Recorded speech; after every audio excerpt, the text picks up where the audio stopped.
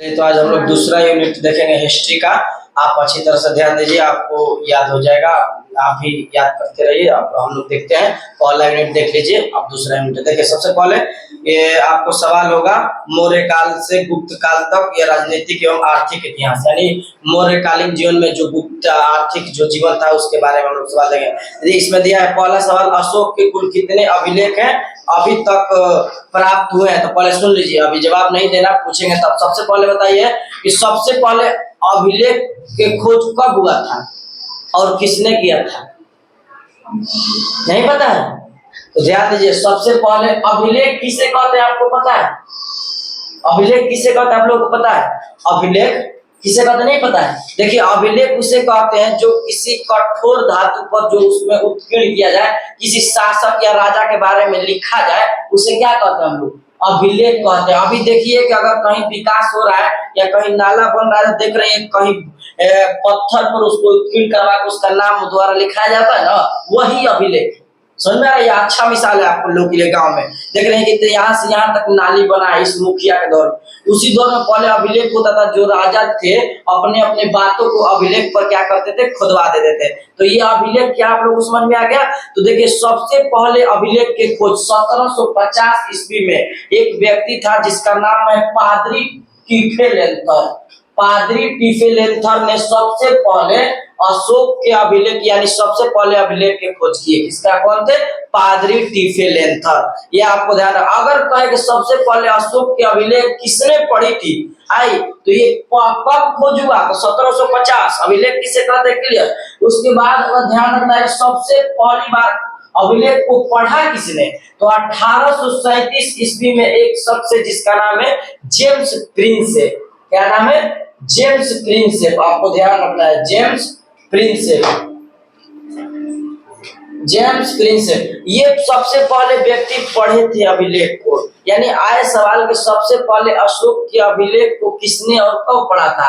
तो 1837 ईस्वी में जेम्स प्रिंसेप ने पढ़ा था। क्लियर। और उसके बाद कहे कि सबसे पहले अभिलेख के खोज कब हुआ? तो 1750 में अशोक के, और किसने किया? तो पादरी टिफेलेंथर ने। यानी अशोक के सबसे पहली बार सफलता खोजने में अभिलेख के 1750 ईस्वी में कौन किए थे? पादरी टिफेलेंथर। और सबसे पहली बार 1837 ईस्वी में क्या पढ़ा था? तो ये जेम्स प्रिंसेप। यहाँ से क्लियर हो गया ना अच्छी तरह से अभिलेख किसे कहते हैं? भी हो गया। अब देखिए, हम लोग आगे भी इसी तरह से समझते रहेंगे। समझ जाइएगा तो सवाल को अच्छा तरह से क्वेश्चन को लिख सकिएगा। अब दूसरा सवाल, हाँ, अब बताइए कि अशोक के कुल कितने अभिलेख अभी तक प्राप्त हुए? ऑप्शन है 30, 44, 35, 40। तो बहुत सारा अभिलेख को बिहार में भी अशोक का अभिलेख मिला है।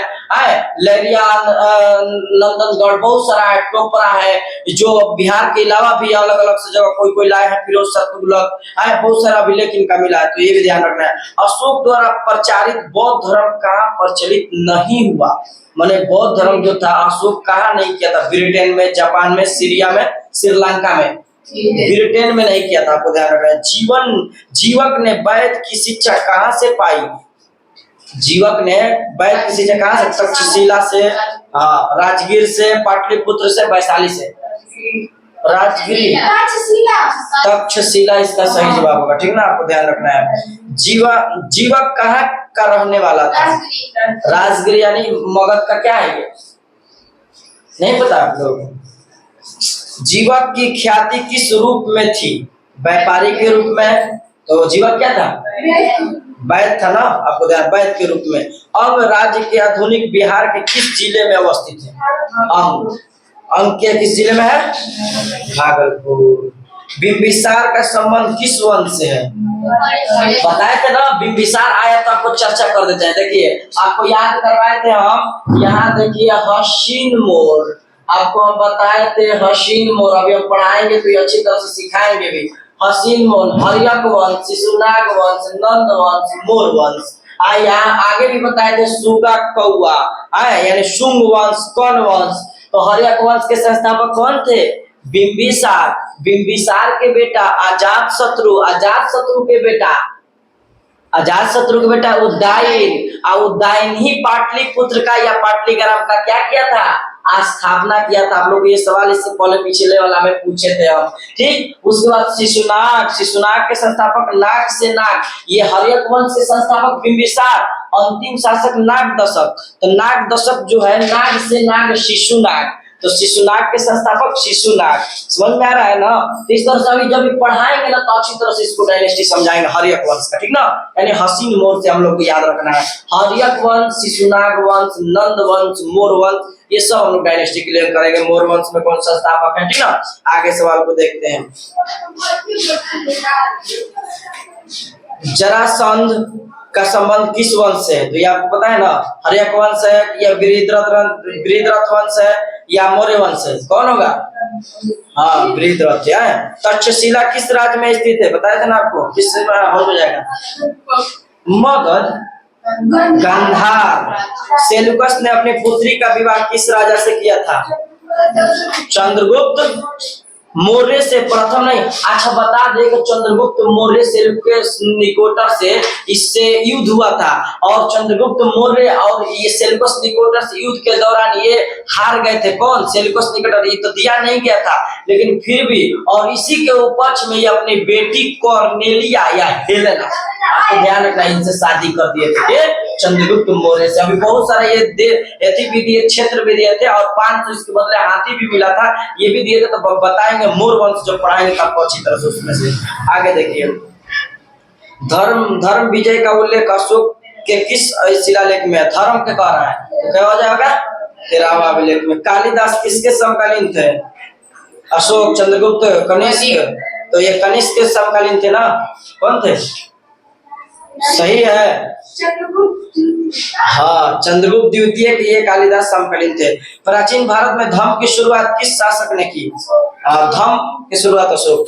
राजतरंगिणी के लिए किसने लिखा? कल्हड़, ये सही जवाब है। अंगुत्तर निकाय के अनुसार महाजनपदों की संख्या कितनी है? अभी बताए भी थे हम आपको, 16 महाजनपदों की संख्या है। मगध साम्राज्य की स्थापना किसने की? मगध साम्राज्य बताइए। बिंबिसार, उदयन, अजातशत्रु। तो कौन हो जाएगा? बिंबिसार। चंद्रगुप्त मौर्य का शासन है 544 से 412। ये चंद्रगुप्त मौर्य का आपको लिखा है भी है कि चंद्रगुप्त मौर्य का जन्म 345 में है और 298 इसमें क्या है, इसका मृत्यु है। तो ये 298 तक न रहेगा, तो आपको ध्यान रखना है, ठीक ना। आगे देखिए, 323 से 298। विक्रमादित्य की उपाधि के किस सम्राट ग्रहण की थी? विक्रमादित्य की उपाधि आपको बताए थे एक बार, और अभी बता रहे थे कि कौन होगा? चंद्रगुप्त। हम बताए थे कि एक शासक था जो चंद्रगुप्त द्वितीय, यही ना विक्रमादित्य को उपाधि धारण किया था, किसके? शकों के हराने के उपलक्ष्य में जब पढ़ा रहे थे, अभी याद आ रहा है ना। तो आए, चंद्रगुप्त द्वितीय किसका बेटा है? कि इनके पिता के नाम क्या है?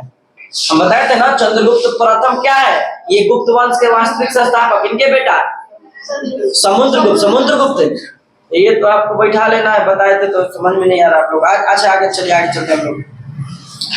मगध साम्राज्य की स्थापना किसने किया? हो गया विक्रमादित्य, ये भी हो गया। अशोक किस वंश का शासक था? ये तो आसान है, मोर वंश का। आपको बताया कि मोर वंश में चंद्रगुप्त मौर्य, बिंदुसार, अशोक, कुणाल, दशरथ, आखिरी बना लीजिए बृहद्रथ। यानी मौर्य वंश के संस्थापक चंद्रगुप्त मौर्य, आखिरी मौर्य वंश के संस्थापक बृहद्रथ, उसके बाद चंद्रगुप्त मौर्य के बाद बिंदुसार, बिंदुसार के बाद अशोक, अशोक के बाद कुणाल, दशरथ, बृहद्रथ। आपको अच्छी तरह से याद रखना, ठीक ना। आगे हम लोग चलते हैं। उसके बाद पाटलिपुत्र के संस्थापक कौन थे? आ गया, अभी हम बताए थे पाटलिपुत्र के संस्थापक कौन है? उदयन। उदयन किसके पुत्र है? अजातशत्रु। अजातशत्रु किसके पुत्र है? बिंबिसार। ये बताए थे कि इन लोग अपने पिता के ही हत्या कर देते थे। समुद्रगुप्त की तुलना किससे की जाती है? तो ये आपको याद है, नेपोलियन से। भारतीय इतिहास का कौन सा काल स्वर्ण काल के नाम से जाना जाता है? कौन काल होगा? गुप्त काल, स्वर्ण, मौर्य काल, गुप्त काल होगा। वेदों की संख्या अभी हम आपको यहाँ लिख के बताए थे, इस तरह से याद रखना है क्या? अब हम लिखे तो वेदों की संख्या 4, वेदांत की संख्या 6, पुराणों की संख्या 18, उपनिषद की संख्या 108। क्लियर? समझ में आ गया ना? ये ध्यान रखना है। आगे देखिए, क्षेमेंद्र की रचना कौन सी है? मुद्रा राक्षस, बृहद कथा मंजरी, अर्थशास्त्र, कथा सरित्र सागर, कौन होगा? कौन होगा? आवाज सही से नहीं आ रहा है। हाँ, इंडिका किसकी रचना है? मेगास्थनीज किसके दरबार में आया था? मेगास्थनीज इंडिका का रचना था, आपको याद है? मेगास्थनीज किसके? चंद्रगुप्त मौर्य के दरबार में आया था। अभी आपको बताएंगे सेल्यूकस निकेटर का ये राजमहल था, ये इस तरह पूरा जब बताएंगे तब ये अच्छा लगेगा, ठीक ना? आगे देखिए, किस गुप्त शासक को लिच्छवी दोहित्र कहा जाता है? बताइए। समुद्रगुप्त को, चंद्रगुप्त, किसको कहा जाएगा? समुद्रगुप्त को। निम्न में से महिला संत थी कौन थी? मीरा थी, अंडाल थी, कराइकल थी, इनमें से सभी थी। चंद्रगुप्त मौर्य की मृत्यु कहाँ हुई? तो श्रवण बेलगोला में। श्रवण बेलगोला कहाँ है? तो कर्नाटक में, आपको याद रखना, ठीक ना? चंद्रगुप्त मौर्य किस धर्म को मानने वाला था? जैन धर्म। मौर्य वंश का अंतिम राजा कौन था? देखिए तो आगे ना, अभी बैठा है ना, चंद्रगुप्त मौर्य, बिंदुसार, अशोक, कुणाल, दशरथ और वृषरथ बताए थे। हो गया। मौर्य काल में टकसाल का प्रधान कौन था? ये बहुत आपको याद रखना है। कोषाध्यक्ष, मुद्राध्यक्ष, लवणाध्यक्ष या पांड्याध्यक्ष, कौन होगा? हाँ, पांड्याध्यक्ष। मौर्य वंश की राजधानी कहाँ थी? विदिशा, पाटलिपुत्र, राजगीर, दिल्ली, पाटलिपुत्र। मौर्यकालीन कलिंग के राजा कहाँ स्थित है था? मौर्यकालीन राज्य कहाँ स्थित था? बंगाल में, मध्य प्रदेश में, बिहार में, उड़ीसा में। तो क्या होगा सही जवाब इसका? बंगाल। बंगाल। मौर्य प्रशासन में समाहर्ता कौन था? राजकीय कर एवं संग्रह अधिकारी है। मौर्य काल में ब्राह्म देव क्या थे? पशुदान, धन दान, कृषि दान, भूमि दान था, ठीक ना? अशोक का व्यक्तिगत धर्म क्या था? बौद्ध धर्म था, जैन धर्म था, शैव धर्म था, बौद्ध धर्म। आपको ध्यान रखना, पहले ये शैव धर्म था, ये अशोक अब हो गया, ठीक ना? अशोक ने महेंद्र और संघमित्रा को धर्म के प्रचार के लिए किस देश में भेजा था? श्रीलंका में। ये दिया नहीं, ऑप्शन दिया है ना, और उसमें दिया था कि अशोक का कहाँ कहाँ धर्म था, तो ये भी आपको सवाल देखना है। यहाँ यानी श्रीलंका में था। अशोक कौन से बौद्ध भिक्षु के प्रभाव में आकर बौद्ध धर्म का समर्थक बन गए? उपगुप्त के उपाली, उपगुप्त के। विश्व में पाई जाने वाली पहली धातु कौन थी? ये पाषाण काल में आपको पढ़ा चुके हैं। भारत के सबसे प्राचीनतम लिपि थी ब्राह्मी लिपि या पाली या राइमक, कौन थी? ब्राह्मी लिपि। प्रयाग प्रशस्ति का संबंध किस गुप्त शासक से है? नहीं, गलती आ रहा। प्रयाग प्रशस्ति के संबंध किस गुप्त? समुद्रगुप्त होगा ना, आप भूल जा रही है। अपने स्वयं खर्चे से सुदर्शन झील की मरम्मत किसने कराई थी? रुद्रदामन। अर्थशास्त्र के लेखक? अर्थशास्त्र कौटिल्य बताए भी थे। कौटिल्य का अन्य नाम था, क्या था? नहीं पता है। कनिष्क का राज्यारोहण कब हुआ? ये तो बताए थे उस वक्त भी। कनिष्क क्या है? ये क्या है कनिष्क? आपको बताए थे ना 78 ईस्वी में कौन संवत चलाया था?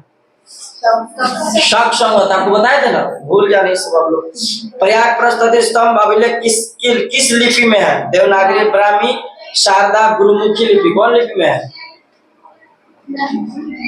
बताइए, और 2 दिन क्वेश्चन चलेगा। प्रयाग प्रस्तुति स्तंभ अभिलेख किस लिपि में है? ब्राह्मी लिपि में। जीवक वैद्य किस वंश काल में थे? हर्यक वंश। चीनी यात्री फहियान किस शासक के काल में भारत आया था?